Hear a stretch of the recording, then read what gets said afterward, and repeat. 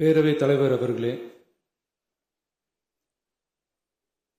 மக்களே மக்களுக்காக மக்களால் நடத்தும் ஆட்சி மக்களாட்சி என்றார் அமெரிக்க முன்னாள் குடியரசுத் தலைவர் திரு ஆப்ரஹாம் லிங்கன்.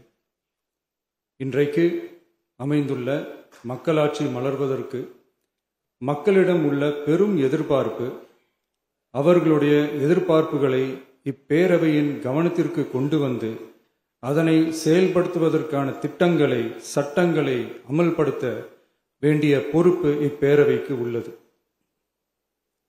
அதிகமான மக்கள் அதிக நன்மைகளை இந்த ஆட்சி காலத்தில் நன்மை பெற்றுள்ளார்கள் என்கிற வகையில் நம்முடைய செயல்பாடுகள் அமைய வேண்டும். இங்கே அனைவரும் சமம்.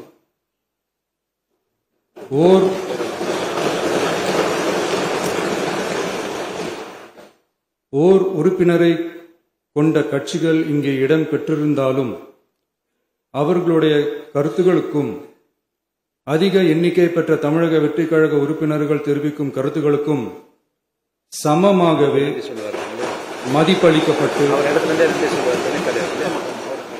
நல்லவை ஏற்கப்பட்டு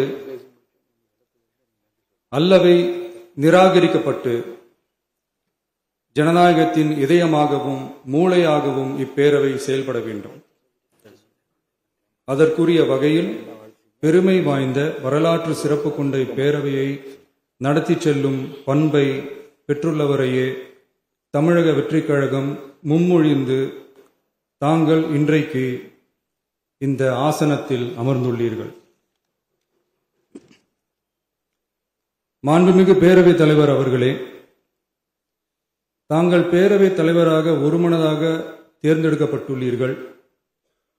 தங்களை இந்த ஆசனத்தில் மாண்புமிகு பேரவை முன்னவரும் எதிர்க்கட்சி தலைவரும் தங்களுடைய கரங்களை பிடித்து அழைத்து சென்று அமர வைத்தார்கள்.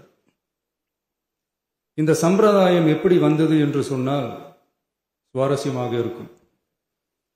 பெரிய வரலாறு சம்பவத்தில் உள்ளது.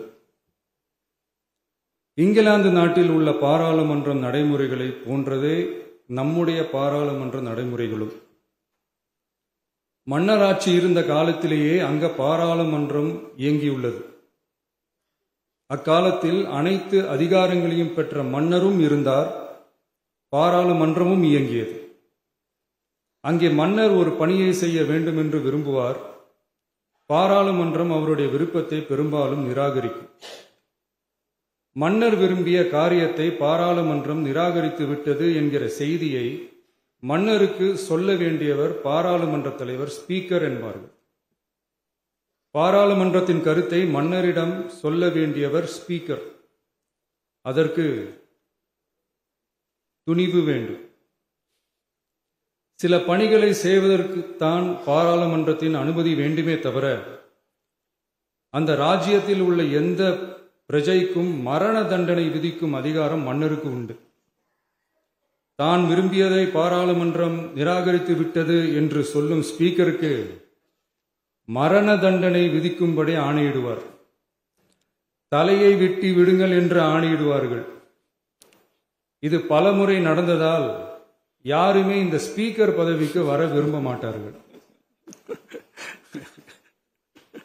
எனவே புதிதாக பாராளுமன்றம் அமையும் போது ஸ்பீக்கர் பதவிக்கு ஒருவர் அறிவிக்கப்பட்டவுடன் அவர் உடனே தலை தப்பித்தால் போதும் என்று ஓட்டம் பிடிப்பார்.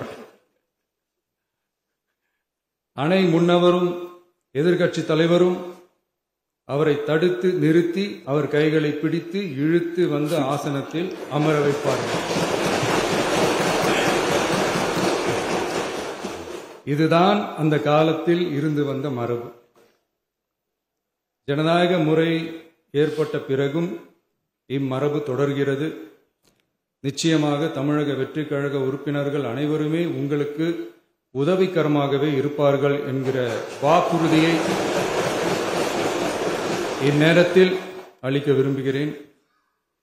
பேரவையின் மாண்பையும் கண்ணியத்தையும் பேரவை உறுப்பினர்களின் கண்ணியத்தையும் காக்க வேண்டிய பொறுப்பை உங்களிடத்தில் ஒப்படைத்திருக்கிறார்கள். தற்காலிக பேரவைத் தலைவர் பொறுப்பில் மிக சிறப்பாக பணியாற்றிய நம்முடைய உறுப்பினர் திரு மூவி கருப்பையா அவர்களை சந்திக்க நேற்றுக்கு சென்றிருந்தேன். அங்கே முந்தைய பேரவைத் தலைவர்கள் படங்களை கண்ணுற்ற போது, அவர்களை பற்றி அறிந்த போது உண்மையிலே எனக்கு பெருமிதம் தந்தது. ஏனென்றால் எடுத்துக்காட்டாக விளங்கும் திரு ஜே சிவ சண்முகம் பிள்ளை, டாக்டர் யு கிருஷ்ணராவ், திரு எஸ் செல்லப்பாண்டியன் அவர்களுடைய வரிசையில் மிக சரியான ஒருவரையே நாம் முன்மொழிந்துள்ளோம் என பெருமை அடைந்தேன்.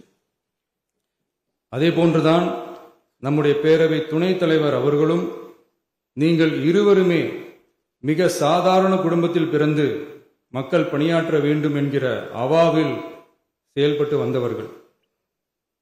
குணம் நாடி குற்றமும் நாடி அவற்றுள் மிகை நாடி மிக்க கொளல் எனும் வள்ளுவரின் வாய்மொழிக்கேற்ப சட்டமன்ற நடவடிக்கைகள் சீராக, செம்மையாக, அமைதியாக நடைபெறும் வகையிலும் சட்டமன்ற ஜனநாயக பண்புகள், நெறிமுறைகள் பேணி பாதுகாக்கப்படும் வகையிலும் இந்த அவைக்கு பேரவைத் தலைவரும் பேரவை துணைத் தலைவரும் பெருமை சேர்ப்பீர்கள் எனும் நம்பிக்கை எனக்கு உண்டு.